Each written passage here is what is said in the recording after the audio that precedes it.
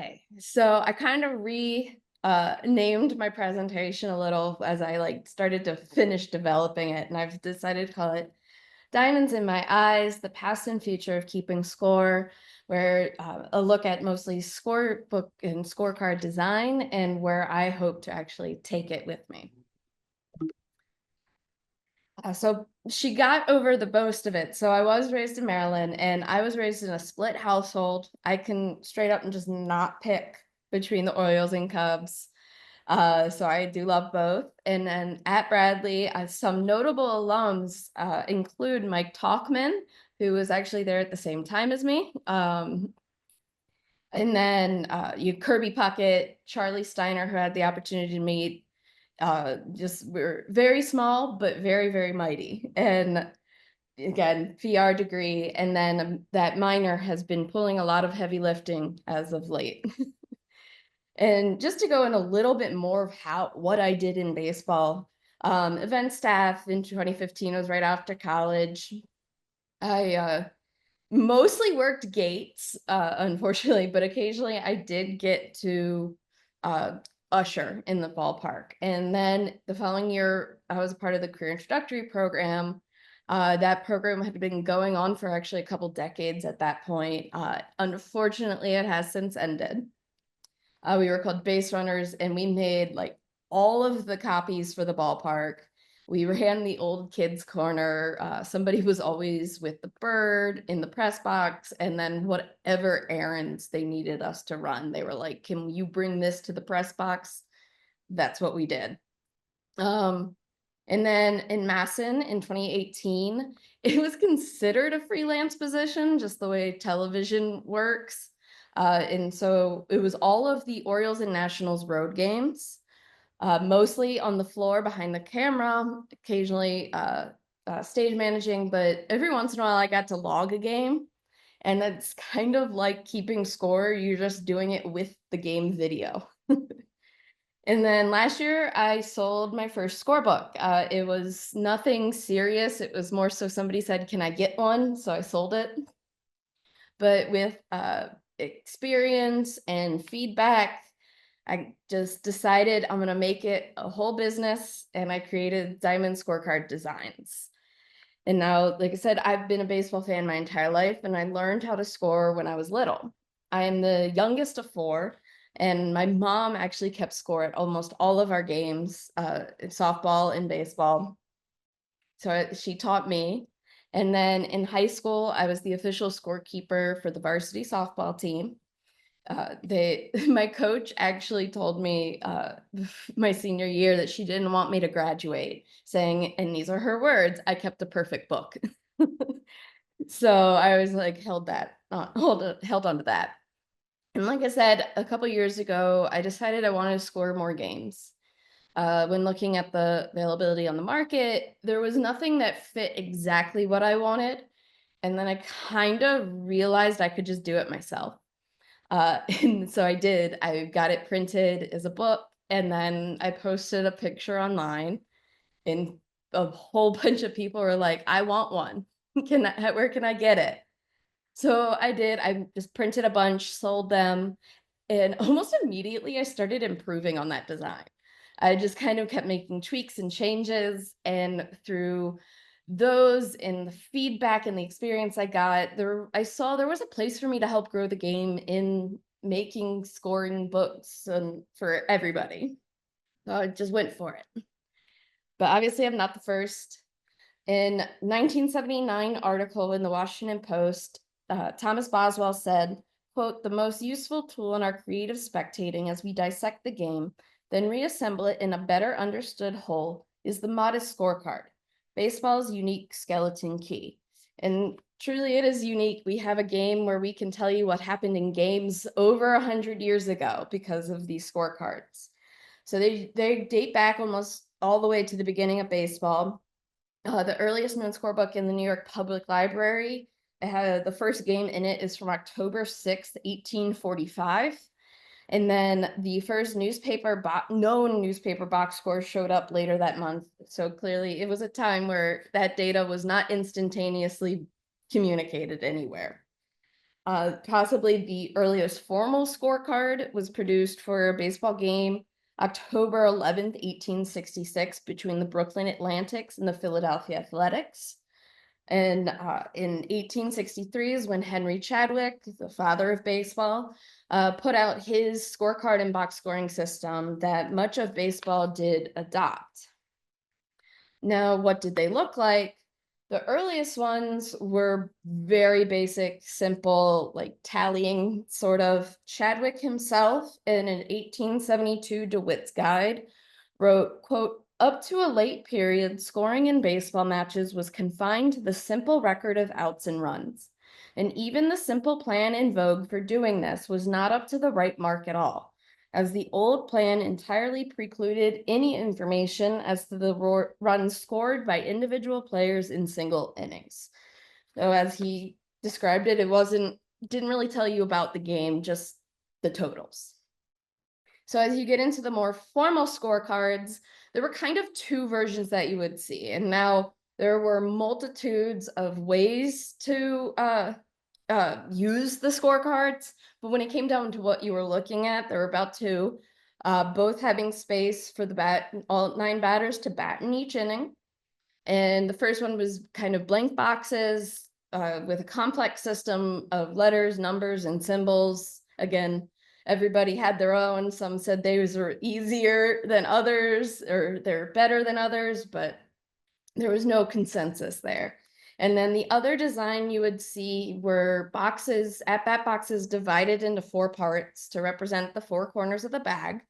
And then a circle or square was in the center to mark the net result of the at-bat, whether they were scored or left on base or out on base. And so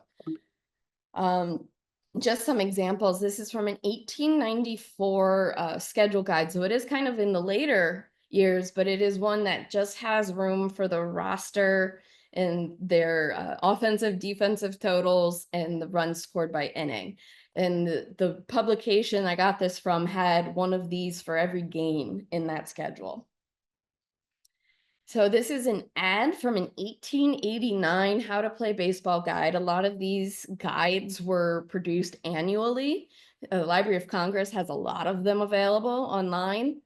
And so this is for Spalding. And this is the one that does have that 4 quadrant, or those 4 parts.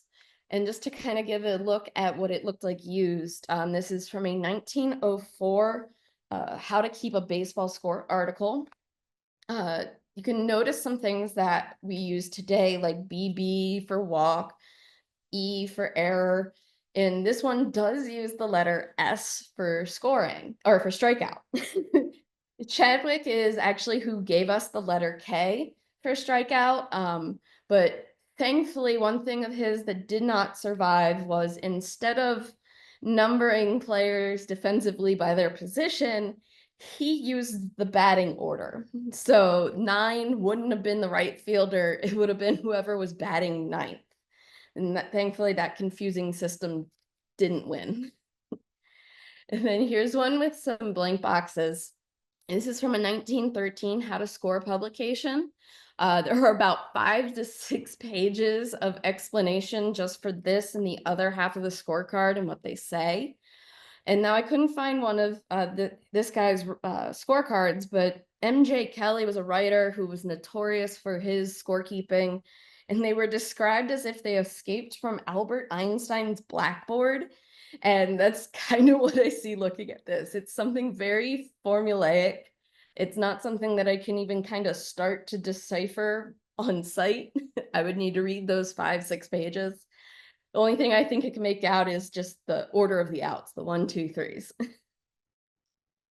And so with all of that variation, Chadwick, as early as 1869, worried about it just being too much, that some of them didn't create the right, didn't produce the right data.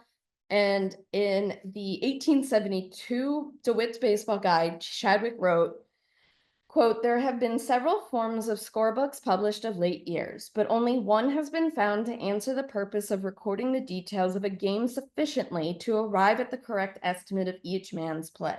And that one is Chadwick's copyright scorebook.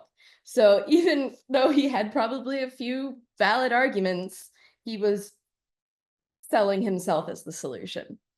And so variation, though, continued on.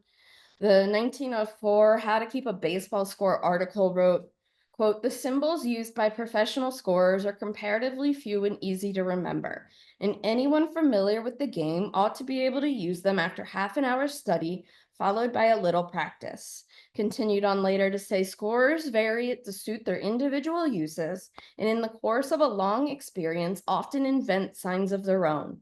But this is the foundation, and after it has been mastered, the beginner is in a position to make what experiments he pleases." So 1904, the author of this article is encouraging those variations and doing it your way. I know personally over the years, my style has kind of shifted. I try and get more information out. In my research, I was like, ooh, let me see if I can start tracking that in my book too. So it's all with the experience. There's no wrong way. And what we have available today in terms of what the cards will look like, you don't really see that 4-part design anymore. I have kind of been playing around with it, but I haven't gotten a full system made yet. So we do see those blank boxes, and there's still dozens and dozens of ways to use it.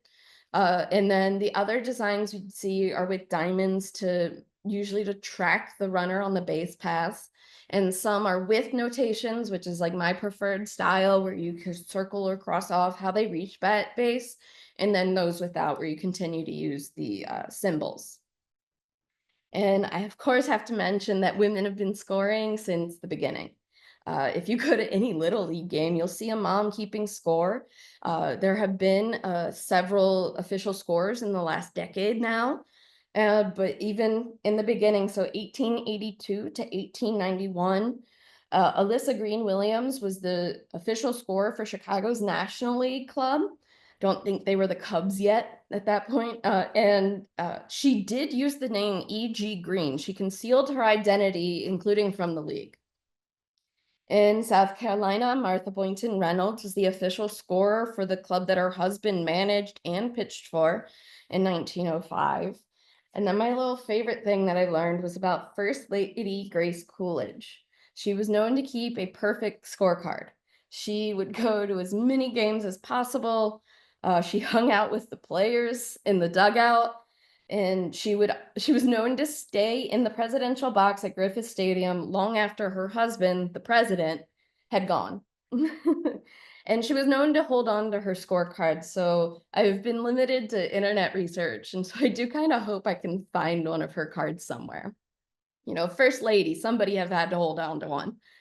And then if you were there for trivia yesterday, one of the first female owners, Helene Schuyler Britton, for the Cardinals in 1913 held a ladies' day.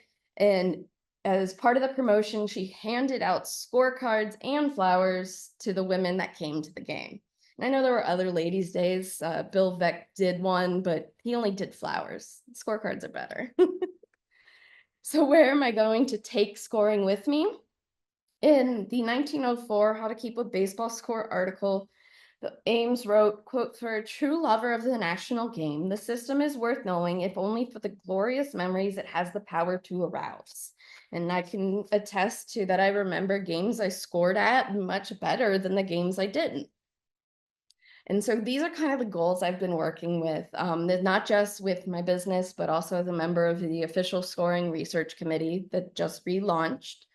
And so I want to introduce scoring to these younger generations and reintroduce it to older generations. And a lot of that comes from my experience both going to multiple stadiums, the beauty of living on the 95 corridor, and also just the conversations I have when I am using my book at the stadium. So a lot of these comments boil down to, I never knew you could do that. I never learned how to do that. And I haven't done that in forever. And I think part of it is the availability. I've talked to other fans of teams, and mixed response on where you can find scorecards now at the major league ballparks. When I go to Philly, there is a guy right there when you walk in selling programs and scorecards, having the little golf pencils. But when I go to, we have a small season plan at Camden Yards, and for the last 4 or 5 years, they haven't been selling on the concourse. They are available if you know where to ask, not necessarily worth the value of what you get. But it's not somebody where you can walk in as your first game, you buy the program as a souvenir, and you're handed that little golf pencil. And the Orioles used to write before my time on their scorecards, warning, be careful. Scoring a ball game can be habit forming. Proceed at your own risk. And like I said, one of the biggest things I want to do is grow the game. And I found this quote in a 1914 article titled The Pleasure and Profit of Keeping Score. Quote, if they will only learn to keep a detailed score of the games, they will find baseball a more fascinating sport than they ever dreamed. And they will find that they are really becoming familiar with the game of baseball and enjoying it as they never knew it or enjoyed it before. And so, it's one way to hook them. They come to their game, they keep score. And of course, I don't want people to feel limited. That maybe their first scorecard is the ballpark scorecard, but to be able to show that there are millions of ways to do it, you can find yours. I've kind of adopted the mantra, there is no right way, there is no wrong way, there's only your way. And it's just kind of one of the things that I've been hoping to accomplish. And kind of how I'm doing that is with my business, Diamond Scorecard Designs. I launched earlier this year. And one of the things I do to make scoring accessible is I offer my designs as PDF downloads in my store. So for a variety of reasons, if you don't want a scorebook, you don't need a scorebook. If you're outside the US, since I am currently unable to ship outside the US, you can just download the PDF and either print it out or even use your tablet. You will still like mark them up on these tablets these days, and it's a manual scoring with without the paper. One other thing I've been doing is I've been working on a low vision design. So low vision is a full spectrum. A lot of people see more than others, different amounts of vision in different places. And having currently working in disability services and my sister being an optometrist that specializes in low vision, I've kind of had all of that knowledge and information. And there's few roadblocks, but I'm trying to take one of my other designs and just transfer it and make it more accommodating. And like if I could make a Braille scorecard, I would. I have no clue if that's even possible. And then I offer custom. So shortly after launching, I put out the custom. And so you can just get like a custom cover or custom number of games or one of the designs I don't keep in stock. But also fully customizable cards. I've been able to do two now. One was a Padres fan who reached out saying he was actually looking for custom and he found me. And then I just did a collaboration with Joe Posnanski for his blog subscribers. I used a lot of inspiration from 20th century ballpark scorecards to create this forum. Had a lot of fun, had to avoid trying to buy them all off of eBay because that's where I found all the images. But, so custom, get whatever you want. And just for a little fun, there were Easter eggs. If you didn't notice or didn't know, all but two of my slide titles were Taylor Swift references and lyrics. And that's because I actually include friendship bracelets with my orders. It it started the beginning of last year, inspired by the Eras Tour. I was making bracelets for Orioles games, and at that same time, I was packaging those first scorebook orders, and I just decided to include them. And so now when you buy a book, there's a little field. You can tell me your favorite player, favorite team, a phrase. I just did one for Pokemon. I just did one where a guy wanted a fall risk bracelet. So whatever you really want, but you can't actually say no. I'm not going to force you to take a friendship bracelet. It's just something I really enjoy doing. Feels like it kind of brings in some inclusion in creating community, and it's just a lot of fun. I want to just close it out with this quote from Warner Faselli, who said, if you really want to enjoy the game and understand it, you've got to score it. And I just kind of want more people to do that. I love it so much. And then here's my contact information.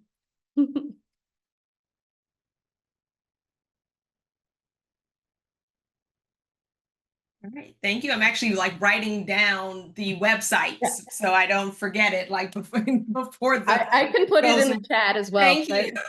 I also have my full guides. Like I said, Library of Congress has a lot of these 1800s guides digitized. So I can share that if you want as well. Let me just exit so I can see the chat. Actually, Marlene is asking, can you do you have the ability to show us a sample? Yes, I don't have it digital right now. So I don't have one of my, I just launched a 6x9 design. Let me stop sharing. I just launched a 16x9 design that they're all downstairs in my inventory. This is one of the 25 game books in terms of this, what I call my press box design. I have 25, 50, and 100 games. Comes with scoring instructions, my version. I actually end it saying this is just a starting point. And then this is kind of what they look like. So with this design, I use the notations to circle. There's space for tracking balls and strikes. And what I call it the press box design for, kind of inspired by one of Bob's carpenters, is there's space for all of this visual information for easy access, like who's on the bench, bullpen, and just their defensive alignment. And then there's space for 9 pitchers. There's a lot of pitchers these days. There are. I remember I was at a White Sox game with my cousin who's a Cubs fan. His parents dropped him on his head as a child. And we were at a game at Comiskey Park and we saw this guy taking notes, just random guy sitting next to us. And he was like, "Hey, do you want to learn?" And literally the stranger sitting next to us at the ball game showed us how to score games. It was like, and I still remember how to do it, even though again, my team sucks.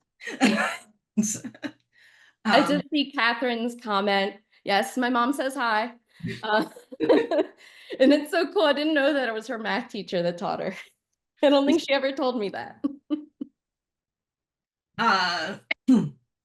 Scrolling up, Meredith asks, how do your scorecards differ from others? I wouldn't necessarily say different. So what got me to make my original design, like this was a fully personal project when I started. I just wanted my own. And a lot of the style that I preferred often accommodated rec league games. And I didn't want 14 batting slots when I'm scoring at an MLB game. So, and as much as I loved Bob and I know how to use blank boxes, Bob's was blank boxes. And I just kind of was like, when I realized I could make my own, I did.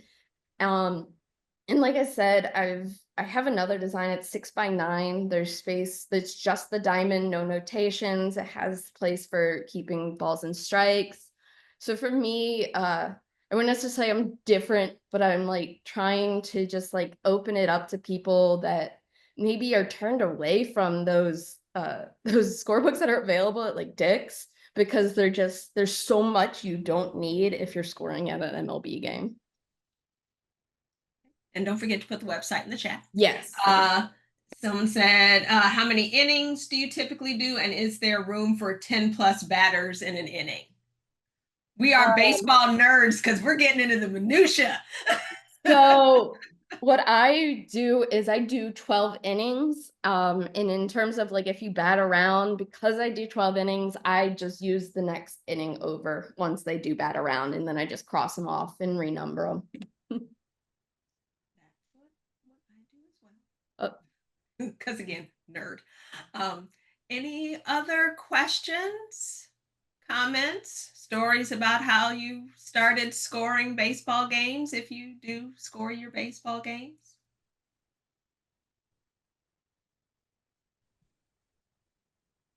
Lauren? This is an awesome presentation. I love the history. I love that you've found so much history. There was a comment in the chat about Marlene. Marlene has a scorecard in the Baseball Hall of Fame. I don't know if she wants to unmute and talk about it. Dallas Braden's perfect game. Gamecock Landon Paul was catching. That's one of the reasons I remember it. But her scorecard, she does have a scorecard in the Hall of Fame. Okay, that's what that comment was. Oh, yes, Yep. please tell us about that.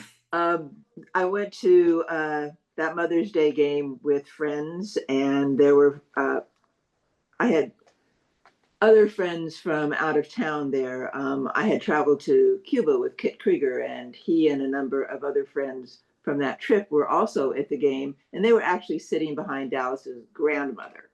So my scorebook was actually scored by 4 of us, and I noted all of that as I'm doing the game, because I'm going back and forth to visit with Kit. So that was so exciting. After the game, I posted something to my SABR chapter, and then I got a call from the Hall of Fame asking me if there was anything that I'd like to, donate to the Hall to commemorate the game.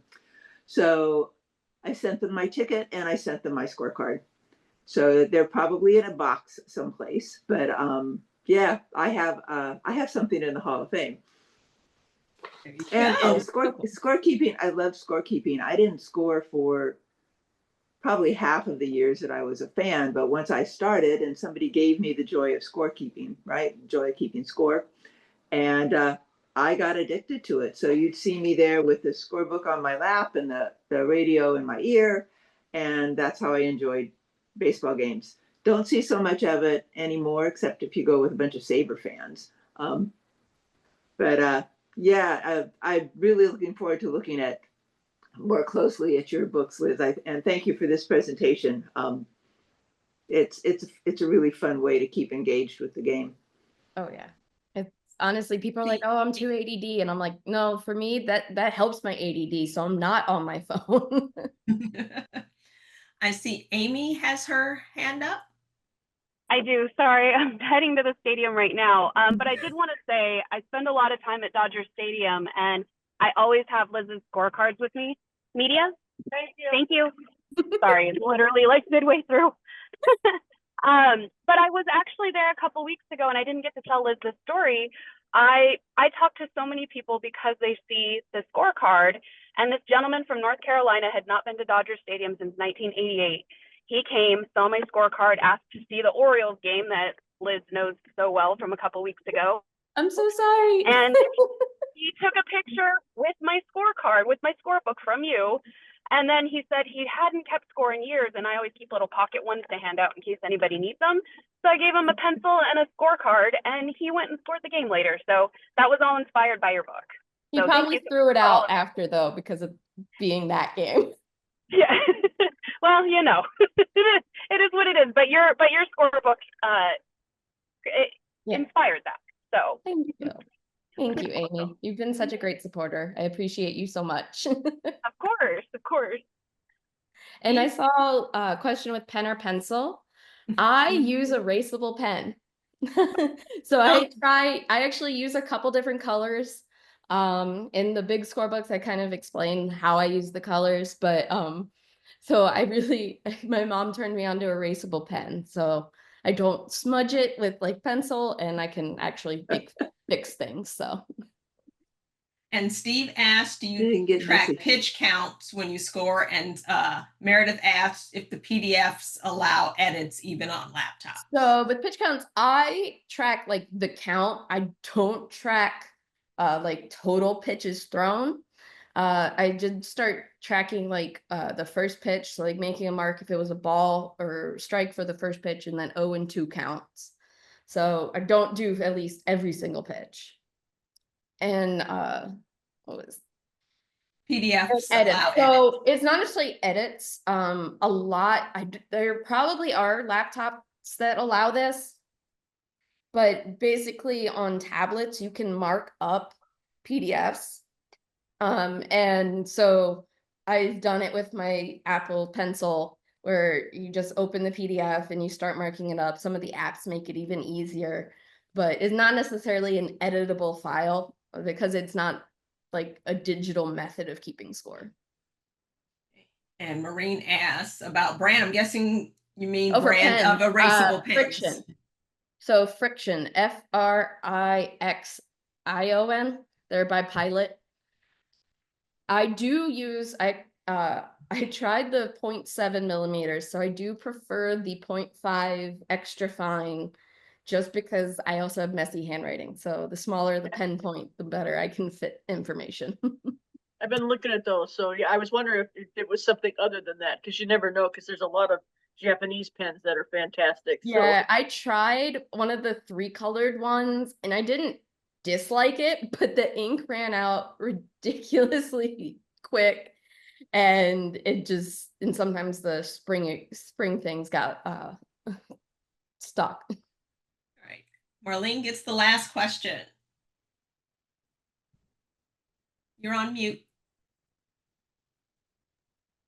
Do you score with multiple colored pens when you're sitting at a ball game with the scorecard in your lap, or is this Yes. from your? So I don't really score at home, mainly because I need to see the ball. And when the camera cuts and you can't find the ball anymore, it's a little bit of an annoyance. So I do it at the ballpark. I have this clipboard. It's about like 2 inches tall and it fits the book in it, so it protects it. So I have that, and then either I'm wearing my overalls and I use that to hold my pens, but I am also well-chested and I do use my cleavage as a pen holder when I'm not wearing my overalls. Yeah, because my question was going to be, how are you getting all of that in there in those little bitty clear purses that they only so I have a clear backpack now? So Oriole Park's pretty good about it, but because Nats Park doesn't allow me to use this, but I have a clear backpack. And so I carry the clipboard, but then I have like 2 battery packs, my cup, because it's free refills at Oriole Park now. So we bring our cup with us, and we have a seat in the upper deck where we have cup holders that we bring with us because there's none at the seat. We started a trend too. We did this at the end of 2023, and now more people in the upper deck have started bringing their own cup holders. See, this is why we're in the situation we're in now, where we can only bring like a wallet. Yeah, no, Oreos are pretty good. It's clear backpack. But what's funny is I can take it to Philly, but DC doesn't allow clear backpacks. And I'm like, what's the difference between this and the shoulder bag? Yeah. And I'm disabled, and so the shoulder bags just are not good for me. I need that it's even distribution. Yeah, Comerica is the same way. Well, on that note, thank you so much. That was a wonderful presentation. If the Sox would manage to win a game, I would score it. Hey, at least you have Mike Talkman. Hey, I have to support him. I never met him, even though our school is 5,000 undergrad. And I met the girl who was the bachelorette. She was on the women's basketball team. And my cousin's roommate is Deep D from season 2 of Love is Blind. So, but I never met Mike Talkman. On that note, I believe we have a lunch break. We do. I just wanted to say thank you to our presenters from this morning, and thank you, Lisa, for moderating and keeping us on track and on target.